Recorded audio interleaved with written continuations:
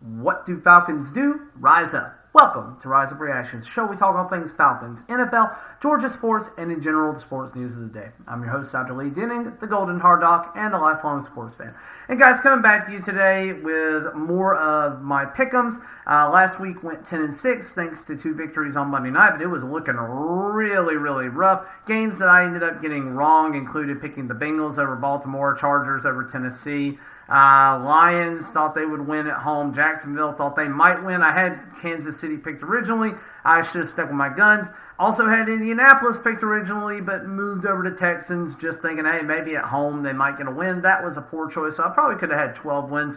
Commies, I did not see being Denver in Denver. That was definitely an electric game, but those are the ones that I lost on. Obviously picked the Falcons to win, and we did. So let's jump right into week 3. Now, again, if you haven't checked out my video on Nick Chubb, really hoping that he recovers. I am very afraid that we have seen the last of prime Nick Chubb with the second gruesome injury where I'm sure he has torn multiple ligaments in that knee. Wish him a speedy recovery. But let's jump into Thursday Night Football here with the New York Giants 1-1 coming back against the crappy Arizona Cardinals, who just basically laid down and died, against the San Francisco 49ers, who are 2-0 and looking like a pretty dominant team. You have Brock Purdy, who is a game manager for the most part, finding guys when he needs to, but Christian McCaffrey is running that team for the most part, and because he is such a weapon, and then you also have guys like Ayuk, and you have Deebo Samuel, and going back to the Giants, the only thing they really have is Danny Dimes, particularly losing Saquon to it looks like maybe an sprained ankle or calf injury or something, so lower body injury, probably for a few weeks. He's not going to be on the field. Darren Waller, I don't think, can do it against the San Francisco 49ers alone. I am picking the 49ers here. 98% of America is picking the 49ers. I have an eliminator challenge. I may go back and pick them to win that as well because I haven't done that yet. Then moving on, we're going to start with the 1 o'clock games on Sunday. Tennessee Titans coming to Cleveland. Now, again, we've already talked about Cleveland. They did not look particularly good. Their offensive line was Swiss cheese.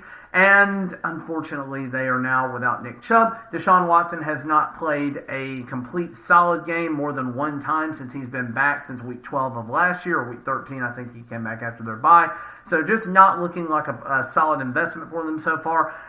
Tennessee Titans, they run through Derrick Henry, who looked very good this past week. Ryan Tannehill connected enough with his receivers, and they had a pretty solid win overall this past week. I did not think the Tennessee Titans were going to be good. I want to see the Titans beat the Browns. So I am going to say, now that there's no Nick Chubb on the team for me to even be happy about in Cleveland, I'm going to go Tennessee Titans here. Moving on, you have the Atlanta Falcons at the Detroit Lions. Now, America probably has this right. I want to be very clear about that. I do not like the idea that the Lions lost in overtime at home against Seattle. Hate that they did that because I would rather them be on a 2-game high thinking that they're dominant and thinking that they don't have anything to worry about with the Falcons who, last year were not very good. And the year before that, really the last 5 years have not been very good, but are on a 2-game win streak and found a way to put it all together in the fourth quarter this past week. The Lions, again, I want to be very clear. I think that 83% of America picking them is about the percentage chance that they have of winning this game. But I don't fracking care. Give me my Dirty Birds. Let's get Cordarrelle Patterson back. We're going to bring up Godwin Igwebuike. We've still got Bijan Robinson. We still have Tyler Algier. And Desmond Ridder going to come on fire, hitting Drake London last week for 6 receptions. This week is a Pitts week. Give me Kyle Pitts. 1 touchdown, at least 2 for the money. Let's go Atlanta Falcons in Detroit. Then we move on to the New Orleans Saints at the Green Bay Packers. Now, the Green Bay Packers were without David Bakhtiari, who was a late game scratch. I think he'll be back. Elton Jenkins, we don't know what the long-term prognosis on his injury is. But having David Bakhtiari back will provide Jordan Love with more time. Christian Watson hopefully will be back. Had either of those 2 guys been there, I don't know if Atlanta could find a way to win because I think they could move the ball, particularly on the ground, a little better. You still have Aaron Jones, who may or may not be back. We don't know a lot about that. I still am always of the mindset it's a 2 to 3 week injury, at least when you have a non-contact quad or hamstring injury. That's just kind of a general thought. Maybe he'll be back, maybe he won't. But again, Green Bay Packers, I do think that they can spread the ball around. I believe in them. New Orleans Saints winning, but not winning convincingly on Monday Night Football against the Panthers.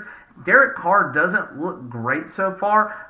They are going to be on the road, and I don't see the New Orleans Saints getting out of here 3-0. It is a true 50-50 split. 52% of America says the Saints, 48% say the Packers.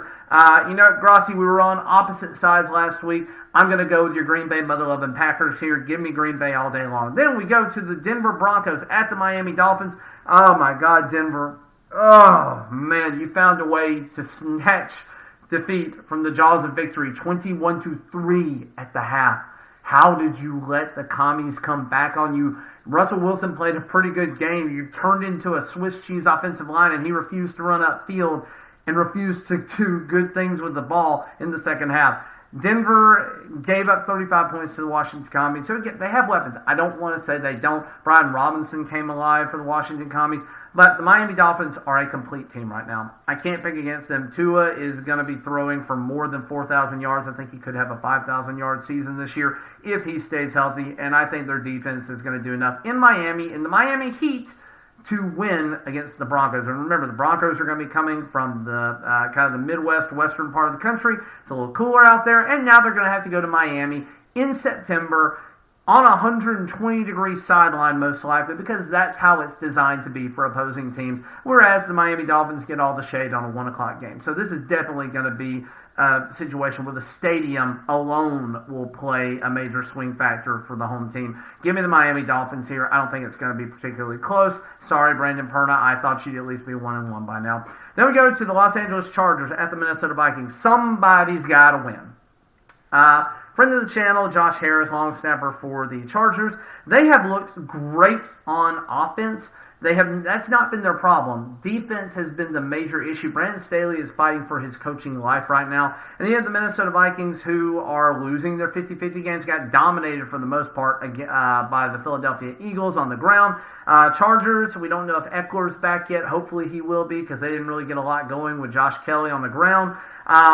But you still had Justin Herbert looking like a man on fire. Keenan Allen is looking like he's returning to form in what is probably going to be one of the last 2 good seasons he has before he gets into that wide receiver cliff mark. You hadn't seen a lot of Quentin Johnston, their rookie yet. And you hadn't seen a lot of Mike Williams. So I look for them to get involved and throwing a ton against this Minnesota Vikings team. America is saying 57-43 Minnesota over the Chargers. Now, Kirk Cousins is doing what he needs to do to win ball games for the most part. He had a ton of turnovers in his first one, but last week he had 4 touchdowns, no turnovers. So I do like the offensive weapons. This is going to be a shootout game. This is one that I think everybody is going to want a piece of in daily fantasy.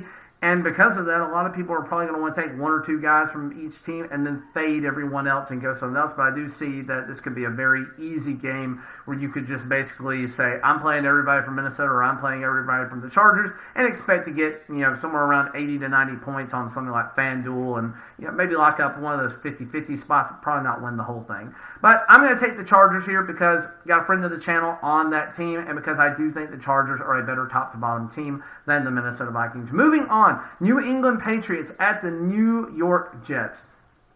Jets, Jets could not get nothing going in Dallas. They are looking about like last year. They've got an amazing defense, and they've got a pretty piss-poor offense under Zach Wilson. Now, he did find Garrett Wilson for a very long 68-yard touchdown, which I'm happy about for my Dynasty League. But other than that, they really didn't look particularly good. Dallas did find a way to pick them apart and eventually, have a blowout win against them. The Patriots have a solid defense. They have a pretty good offense overall, too. It was always going to be a tough game against the Miami Dolphins, just because they're a very complete team. Miami Dolphins, very, very complete team.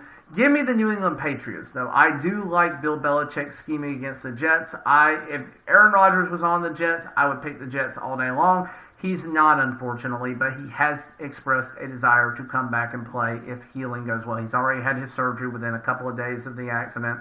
So hopefully he gets better and comes back, and we get to see one more ride with him in the New York Jets green. But give me the Patriots this week. Then we go to the Buffalo Bills at the Washington Commies. Now, 91% of America is picking the Buffalo Bills. 9% is picking the Commies. I actually think this game could go either way. I don't think it's going to be as close, or I don't think it's going to be as far apart as America does. But but you finally had Josh Allen coming alive and doing what he does best this past week against the Las Vegas Raiders, and I think that momentum overall is going to carry the Bills to victory over the Commies, so I'm picking the Bills, but I do want to be very clear. The Washington Commies have a solid team overall. Their defense has looked decent, though they have given up a lot of points, but they've made big plays when they needed to. And then the other thing that they have going for them, Sam Howell is going to be at least a middle-tier quarterback in the NFL. Probably not elite, but he's definitely not bottom of the barrel. Ask any Jets fan, they would love to have Sam Howell running their offense right now. Ask even the Indianapolis Colts would probably like to have him as a backup to Anthony Richardson. Speaking of, we're going to get to that game in just a moment. But again, give me the Buffalo Bills over the Washington Commies. Then we go to another 1 o'clock game. We got two more to talk about here. Houston at Jacksonville. Houston still not looking like a complete team. I don't like them in the long run.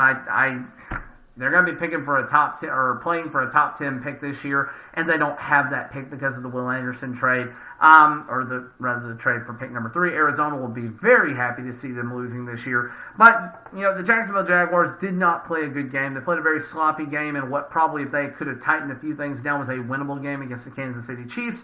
I do like Jacksonville in Duval to get their first home win of the season. Give me the Jacksonville Jaguars. I just trust them more. Anthony Richardson's Indianapolis Colts at the Baltimore Ravens, the final 1 o'clock slate here. Indianapolis Colts. Anthony Richardson's the real deal for you. He did get a concussion. He had to come out of the game. Thank God you got Gardner Minshew, who is a very, very good quarterback. Should be starting on a team in the NFL, but has been relegated to backup. You're going against the Baltimore Ravens, who came alive against the Cincinnati Bengals. Lamar Jackson was picking them apart. And again, I think Lamar Jackson and the Baltimore Ravens, as banged up as they are in Baltimore, I just don't think the Colts have much of a chance here. If Anthony Richardson's playing, this could be a very close game, closer than a lot of Baltimore fans would like to believe. But I am going to go with the 96% of Americans here and pick the Baltimore Ravens. I'm saying Americans, it could be anybody. ESPN's a global company.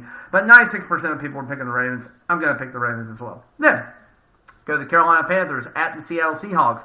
A 4:05 game on the West Coast. Carolina having to travel very far to get to Seattle. And then you also have the fact that Seattle has a very dynamic offense. Defense could stand to tighten it down a little bit. They've allowed more than 25 points in both of their games so far. But I don't think Carolina is going to manage to do that. Their offensive line looked abysmal this past week.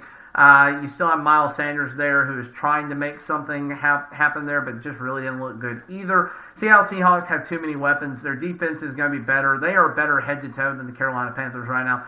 Carolina, you're going to be good in the next year or two, but it's not going to be this year. Give me Seattle. You're going to be 0-3 Carolina. Then we go to the Chicago Bears at the Kansas City Chiefs. This is the other game that I think is a very easy eliminator pick 'em. I don't even need to go into detail on this one, but I will do just a little bit. DJ Moore, Moore and who is their quarterback? Fields. They've got a little bit of a connection, but it has not been enough, and they just have too many holes on the defensive line, too many holes on offense. And the Kansas City Chiefs, I look to beat the ever-living crap out of the Bears. I think that Travis Kelce is going to go off this week. He has only been back for limited play this past week. I think this is a Travis Kelce week. Give me the Chiefs big over the Bears. I don't know what the spread of that game is. I would probably take it for Kansas City Chiefs' favor if I was a betting man on that type of thing, which is not allowed in Georgia. So, Georgia legislatures, if you're watching this, why have we not legalized sports betting in Georgia? It was legalized by the Supreme Court. Why is it not legal in my state yet? Get on that. Moving on. Dallas Cowboys, America's team, at the Arizona Cardinals. This is another easy game. Dallas Cowboys looking like one of the top 3 teams in the NFL. Arizona Cardinals falling apart late last week. And again, it's a Josh Dobbs-led offense. He looked okay last week, but Dallas Cowboys are going to steamroll this team. Give me the Dallas Cowboys all day long. Moving on, Pittsburgh Steelers at the Las Vegas Raiders. This is a very tough game. This is Sunday Night Football primetime. Pittsburgh Steelers getting another primetime game here against the Las Vegas Raiders in Las Vegas. Steelers had a defensive showing and an absolute piss-poor offensive showing on Monday Night Football this past week against the Browns. Raiders have not looked particularly good so far. They did get a win early against the Denver Broncos, but they have not managed to score more than 17 points in a game so far. I wanted to initially pick the Raiders because it's in Las Vegas, but I just trust the Pittsburgh Steelers defense so much more. America, or in the world, whoever's picking has chosen this to be a coin flip, 51% Steelers, 49% Raiders. I initially was going to take the Raiders. Give me the Steelers, though. I think their defense comes alive. I do think that the Raiders will score more than 17 points. I think this is going to be like a 24-20 game in favor of the Steelers. But give me the Steelers here because I still think the Raiders are not one of the better teams in the league. Then you have what should be a pretty good game on Monday night. We got 2 Monday night games to talk about here. You've got the Philadelphia Eagles at the Tampa Bay Buccaneers. Now, if you had asked me at the beginning of the season why the heck this was a Monday night game, I couldn't have given you an answer. But Baker Mayfield has actually looked pretty good, doing more than just checking down to Mike Evans, which is basically what he's had to be for the last 2 years with Tom Brady losing his arm strength there. But Mike Evans looks like a returning to form wide receiver, getting 6 catches for, I think, 167 yards last week. So looking very, very good in Tampa. But the Philadelphia Eagles, again, they are a complete team. Head to toe, I like them. I'm going to pick them. I think they run the ball just like they did this past week.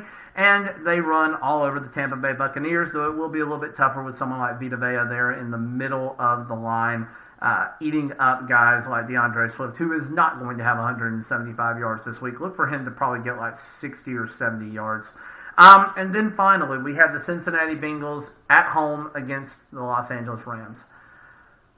We have a rematch of the Super Bowl from a couple of years ago. And that's why this is a Monday night game, because there's really not a great reason for this to be otherwise. 35% of America is picking the Rams. 65% is picking the Bengals. Bengals didn't look particularly good against Baltimore, but they still played a competitive game, and the score was close by the end of it. Rams have been surprising. They put points up where I didn't think they would. Cam Akers was a healthy scratch this last week in favor of Kyron Williams, who, thank God, I have on fantasy. And I'm intending to play him. I think he's the secret sauce. I think Puka Nacua. I know a lot of people are saying you didn't know who he was prior to this to week 1.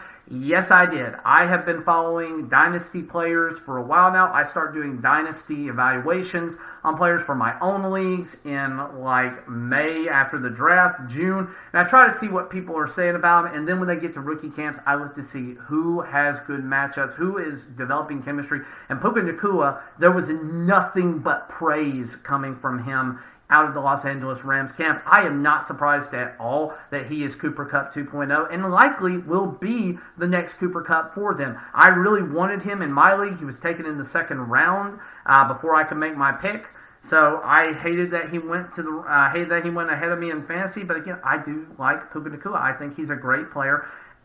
With that said, the Rams beat the Bengals in the Super Bowl. 35% of people think that the Rams are going to win this one.